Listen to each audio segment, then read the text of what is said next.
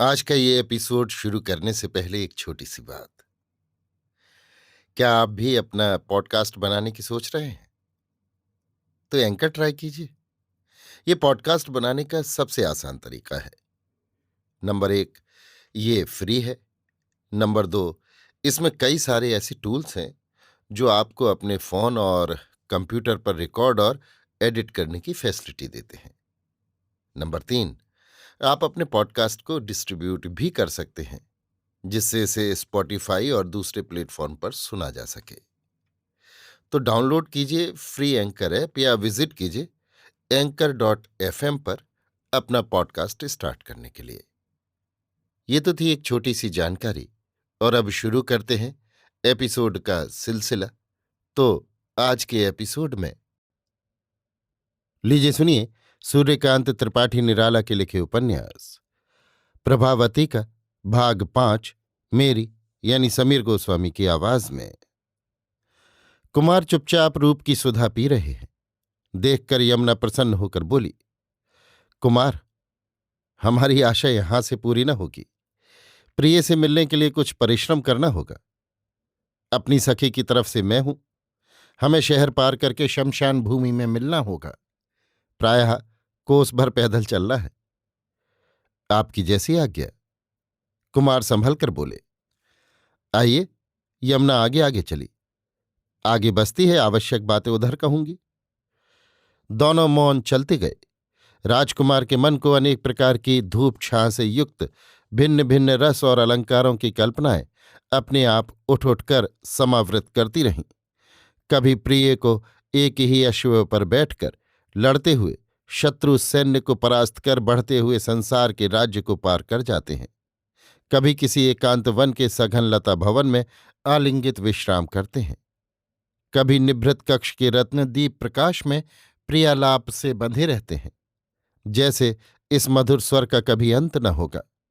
संसार का समस्त समुद्र स्थिर है, केवल दो बुदबुद अतल से कलरव करते हुए अनंत ऊर्ध्व को उमड़ रहे हैं। जैसे समस्त पृथ्वी सुप्ति के अंधकार में डूबी हुई है। केवल दो परिचित प्रहरी वार्तालाप करते हुए बैठे हैं, सृष्टि से स्नेह सौंदर्य की रक्षा के लिए। फिर होश में आते हैं, फिर बिगड़े हुए को बनाने के लिए माया मरीचिका की सृष्टि करते हैं। भ्रांत मृग की तरह फिर दूर दूर तर हो जाते हैं, पैर जैसे अपने आप यमुना का अनुसरण कर रहे हों। नगर का पथ धीरे धीरे पार हो गया। यमुना विगत अनेक स्मृतियों को गौरव स्वरूपी अपनी महिमा को धारण किए मौन सहज पग आगे आगे चली जा रही थी। नगर पार कर उपवन के पथ को एक जगह रुककर साथ पार्श्ववर्तनी हो गई। गंभीर स्वर से बोली, कुमार, आपके सौभाग्य का ये सबसे बड़ा लक्षण है कि प्रभा ने आपको वरण किया।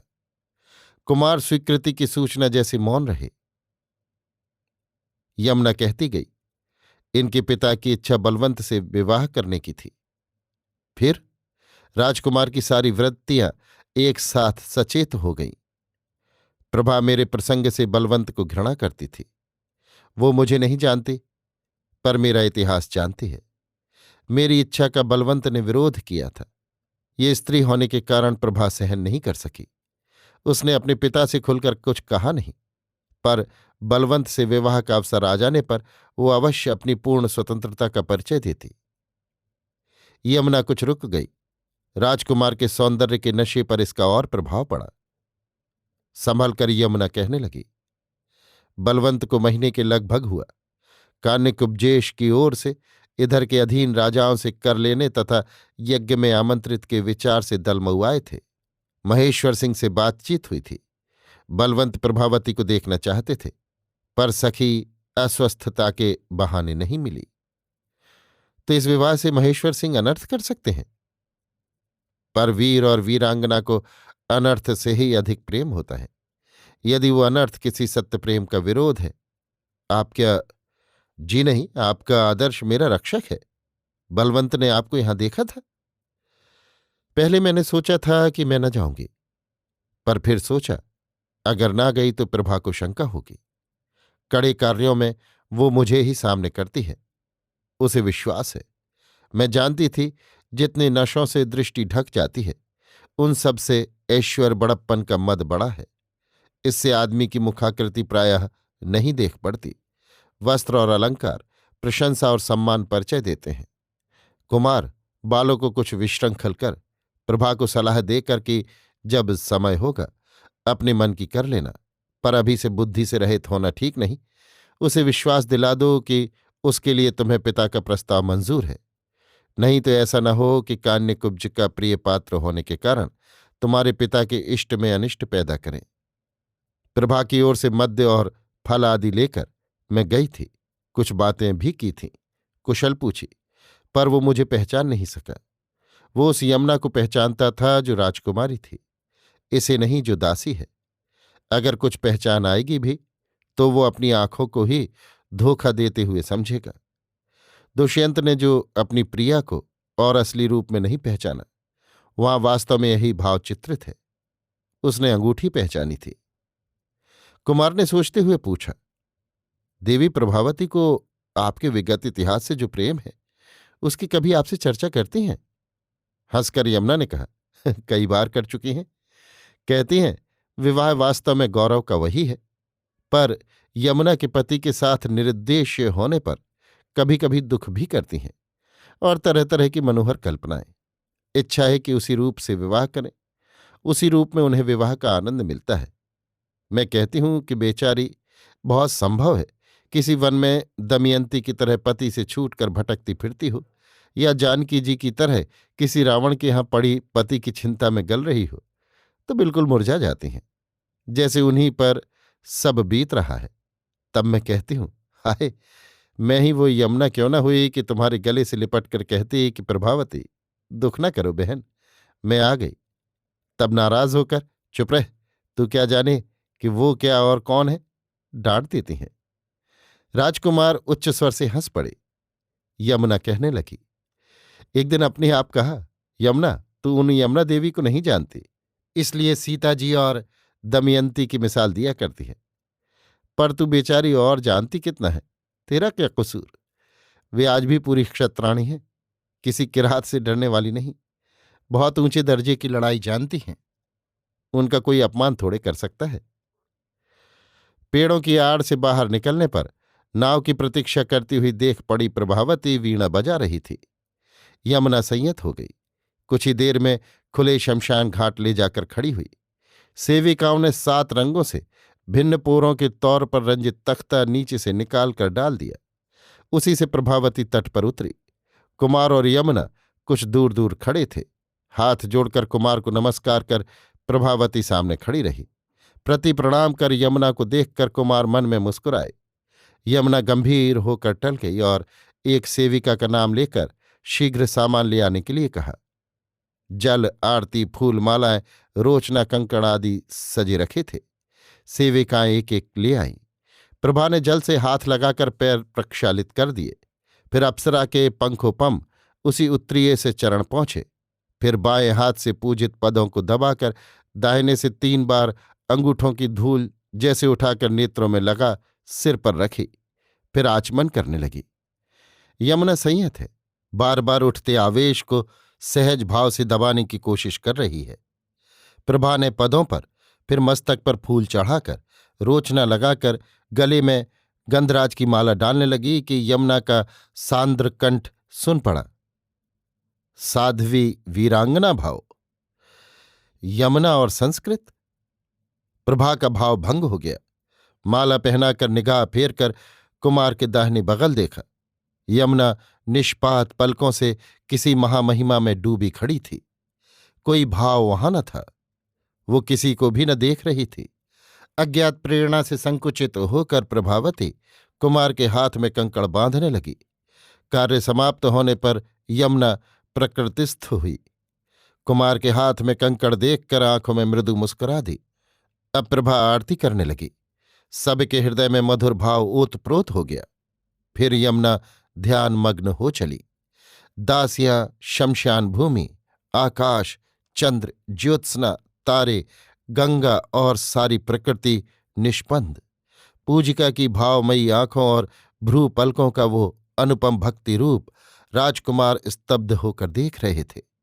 मन से भासित होता था, आरती उसी की आरती कर रही है। निस्संशय स्तब्ध प्रकृति तथा अन्य मौन मन कह रहे थे। यमुना स्थिर कंठ से कहने लगी, कुमार, ये देवी प्रभावती की सूझ है। उन्होंने शमशान में आपको वर रूप से वरण किया है। सुंदर, ये विश्व देवी की दृष्टि में केवल शमशान है। यदि यहां उनके साथ आप नहीं, उनकी दृष्टि में आप ही उन्हें लुब्ध करने वाले सौंदर्य की एकमात्र सृष्टि हैं। इस शमशान में आपको शिव मानकर आपके गले में उन्होंने वरमाला डाली है। वे पृथ्वी रूप से गुण सुगंध भूषित हो रही हैं। जल रूप उन्होंने आपके चरण धोकर आपको अंतःकरण का समस्त रस अर्पित कर दिया है। आपको माला पहनाकर सुरोचित कर स्पर्श जन्य अपना समीर अंश दे चुकी हैं।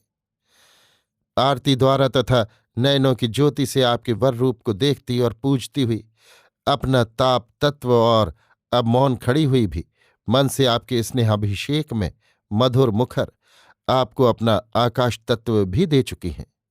परंतु ये वो दान है जो दोनों पक्ष से अपेक्षित है। इनके लिए हुए पंच तत्वों के बदले आप अपने भी पंच तत्व इन्हें दीजिए, तभी इनकी पूर्णता होगी। आप में पंच तत्व स्वरूप शक्ति आकर मिली है। आप पंच तत्व स्वरूप पुरुष को देकर समूझिए। यही आपकी भूमि है, यही रस जल, यही पंच प्राणों को समीर, यही ज्योतिर्मयी दिव्य दृष्टि दर्शन शोभा और यही शब्दों की आकाश रूपा। आप इन्हें रोचित कर माला पहनाकर प्रति नमस्कार द्वारा प्रीत कीजिए। सेविकाएं अर्घ आदि लिए खड़ी थीं। कुमार ने बाएं हाथ से मस्तक का पश्चात भाग थाम कर दाहिने से सुललित रोचना लगा दी। अक्षत छिड़के और दोनों हाथों से प्रेम के दिव्य भाव से प्रिय को माला पहना दी। प्रति नमस्कार करने लगे। प्रभा ने दोनों हाथों बंधी अंजलि पकड़ ली। यमुना प्रभा को आगे, पश्चात कुमार को कर नाव पर ले चली। ललित पद चलती प्रभा यमुना के भाषण कौशल पर सोच रही थी, पर यमुना पहले ही संभल चुकी थी। सुनाकर स्वगत कहने लगी, आज पंडित गंगाधर महाराज मिल गए। जब राम की कृपा होती है तब क्या कोई काम बिगाड़ता थोड़े है। बाहर निकली नहीं कि महाराज खड़े थे। सगुन देखकर मैं गोड़ों गिरी। महाराज भले मिले। कहने लगे, क्या है यमुना, खैर तो है? मैंने कहा, महाराज एक पंडित तत्त करते थे, 5 मिलाकर कहा था। मैंने पान सुपारी कत्था चूना लौंग याद कर लिया। कहते थे इन्हीं से हर जीव बना है।